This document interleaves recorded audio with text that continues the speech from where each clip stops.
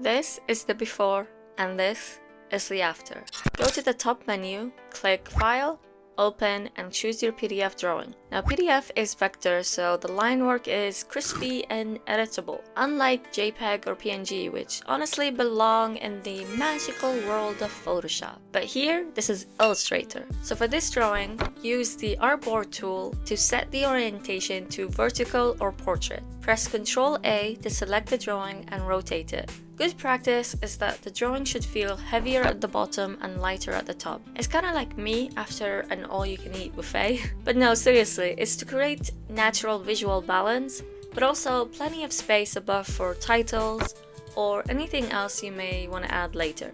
Adjust the artboard to fit the boundary, and make sure to uncheck Scale Artwork with Artboard. Now to zoom out, you can press Ctrl 0 to fit the artboard to the window. When you first import, all of your lines are usually on one layer, which is messy and very hard to work with. So step 1 is layers. Now I've set up Ctrl+Q as a shortcut for Select Similar, but you can also access it through Select and then Select Similar. This tells Illustrator to grab every line that has the same appearance as the one you just clicked. Now to create a new layer, click the plus icon at the bottom of the Layers panel and rename it. For example, Cut Walls. Now drag the little colored square from the old layer onto the new one. And then to hide the layer, click the icon, which is really handy for checking if things have imported correctly. Now repeat this step for each type of element, so rock, doors and windows, furniture, etc. Select Similar, create a new layer, move the lines, and then hide. Keep going until your layer 1 is empty.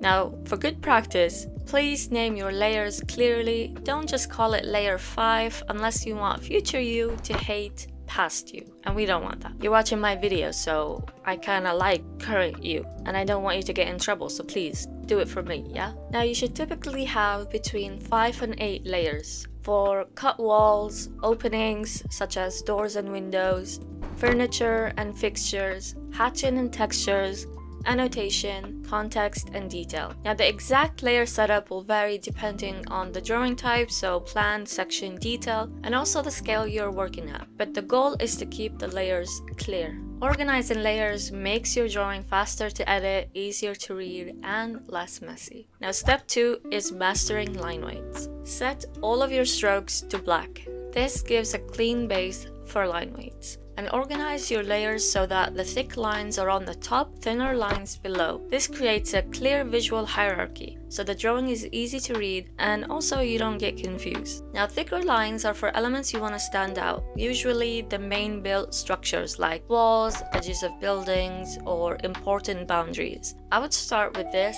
as it sets the tone of the entire drawing. Now medium lines are for secondary details like furniture, paving, or pathways. Thinner lines are for context, so things in the background like landscape, site boundaries, or grid line. This layering of thickness creates depth and clarity, so when someone looks at your site plan, their eyes are naturally drawn to the most important information first, but use no more than 4 line weights in total. Now step 3 is cleanup. If something looks too thick at the scale, make it simple. Clear drawings are always better than too much detail. For example, pocket doors. At 1 to 100, they look way too heavy, so just delete it. It's faster than fixing them in Revit. And trust me, no one's gonna zoom in and complain, excuse me, where's my pocket door? Unless they have a really miserable life, in which case you'll have to leave the pocket doors alone. You'll also need to add a few lines where materials meet. Trust me, it will make the next step much easier. Now dashed lines, for some reason, usually export as tiny broken dashes from Revit, so basically Morse code. So I delete them and then redraw them in Illustrator with a proper dashed stroke. Go around the drawing a few times and keep checking. Look closely at windows and door frames. That's where mistakes often hide. And if there's a detail that you really want to keep but it looks too thick, just lower its line weight. Clean drawings, they look professional, they remove distraction and help the design stand out. Now this is a good time to save your file as an Illustrator file, not as a PDF, because PDF will flatten the layers and you'll lose the original file. We can export a JPEG or a PNG of this drawing later on. Step 4 is textures and hatches. We're gonna use the Live Paint tool. There is a catch though, so Live Paint will put everything into one Live Paint group. So when that happens, all of the paths and shape merge into one group. So all of our original layers and hard work is lost, and editing becomes harder, so you can't easily isolate a door line from a wall line anymore. And that is why it's called destructive, because it changes the file in a way that you can't fully undo later without redrawing. But I've got a trick up my sleeve, and you might think it's complicated, but it's actually really easy to do. So for best practice, select all, copy your geometry to a new layer. Go into Edit and Paste in place. And now we can apply Live Paint on the duplicate, so our line work will always stay safe. Now for swatches, I'm using my Essentials Pack Volume 2, which is 80 swatches for Illustrator, Photoshop, CAD, etc. Comes in 9 formats, which you can download from the description box. To import it, go to your swatches panel and click on this button at the bottom, and then import the Illustrator file that came with the pack. And voila, now you have 80 swatches. You can pin them right at the top, or you can copy and paste them into your main swatches. Now select all, Ctrl+A, and Live Paint shortcut K. Now if you get this error to delete clip-in mask, this is common with CAD and Revit PDFs. There is usually a clip-in mask right on the edges of the drawing, so select those and delete. But we still need closed shapes, so add a rectangle around the artboard. And let's try again. But now we can ignore this since this is a backup layer and all of our lines are protected. Now start applying swatches. Don't worry about scale or rotation yet, just fill. This pack of 80 architectural swatches has taken me over a year to make, honestly, because what makes this pack special is that it's not just the usual stuff. I've also included patterns that I've honestly have not seen anywhere else, but I always wished I had, like grass, marble, and detailed wood planks. So first they come in 9 different formats, so everyone can find a use for them. You've got PNG, JPEG, Photoshop, DWG, Illustrator, EPS, PDF, SVG, and so on. And second of all, they are drawn to scale. And I've also included a scale conversion chart inside the pack so you'll know exactly how to scale things correctly. It is basically the ultimate all-in-one swatch pack. And that is key for me and my products. Because most swatch packs out there, they will only cover one thing, like just wood or just brick. And meanwhile, you are left searching everywhere else and paying over and over again. And don't even get me started on the random hatches that I've seen, like acid or lava. I mean, unless you are designing next to a volcano, when are you actually gonna use those? But you might be wondering, why not just use AutoCAD hatches? Now personally, I don't know if you agree, but I find AutoCAD hatches a nightmare. They're not to scale, they're annoying to use, and if I try and bring them in Illustrator, they will completely fall apart. So instead, I wanted to build something as a one-time toolkit that you will keep using for years. And because we're in Illustrator, we can also click on the swatch, go to Edit, and here we can change the stroke color, the line weight, and really make it our own. But I wouldn't change anything here on the side unless you know how patterns are made and set up in Illustrator. But yeah, you can really make these swatches your own. So I'll leave a link in the description box for it if you do end up getting it. Thank you so much, I really hope you like it. Once textures are applied, expand and ungroup the Live Paint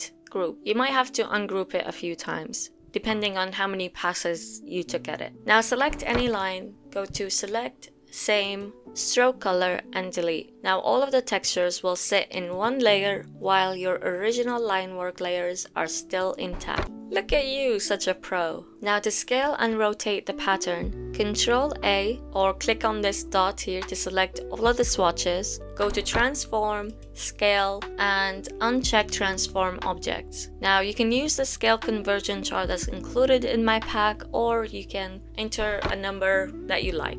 I don't know. You're the artist, I'm just here sharing ideas. And voila! Now all of your swatches are to scale. Now there are some special watches that don't have a scale like grass and water. These will need adjusting. Now to rotate pattern is the same thing. Go to edit, transform, rotate, change the angle and uncheck transform objects. You can also repeat the previous transformation by going to transform and transform again. If a pattern bleeds through blocks like this, you've got two options. For round or irregular shapes, just draw a cover shape with the pen tool and fill it with white. It is slightly destructive since you are just covering it up, but it is fast and easy to do. For straight edges, use the direct selection tool, which is shortcut A, to select and delete the extra anchor points. Now let's adjust the water texture, increase its scale to make it feel lighter, open and less dense. Now for grass, I want it to feel even denser because again it's at the bottom of the image.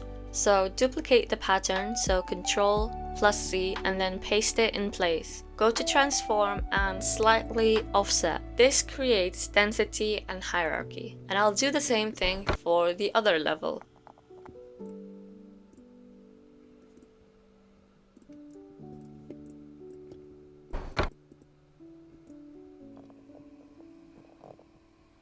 This is optional, but you can add a gray fill on the cut walls, changes blending mode to multiply, and this adds further contrast. Now the fifth and final step is adding narrative. Narrative gives life and story to your drawing. It shows why the design matters, not just what it looks like. Other options include inhabitation, daily life, activity. Just keep it light, this isn't The Sims. We don't need 200 tiny people having a barbecue on your roof terrace. This is the before and this is the after. And that's it, my 5-step workflow for monochromatic architectural drawings in Illustrator. But something I always think about is, what would this drawing look like in blue, red, or green? Does it always have to be black and white? Let me know what you think. Now if you want my AT texture swatch pack, check the link below. I've already released 14 of these swatches along with this full-length Illustrator tutorial to my Patreon super members ahead of the launch. So if you want to be part of that and get exclusive early releases in the future, check out my Patreon. And if you enjoyed this video, I will leave a link to another video I think you will love. Thank you so much for watching. I'm Rasha Shururu and I'll see you next time.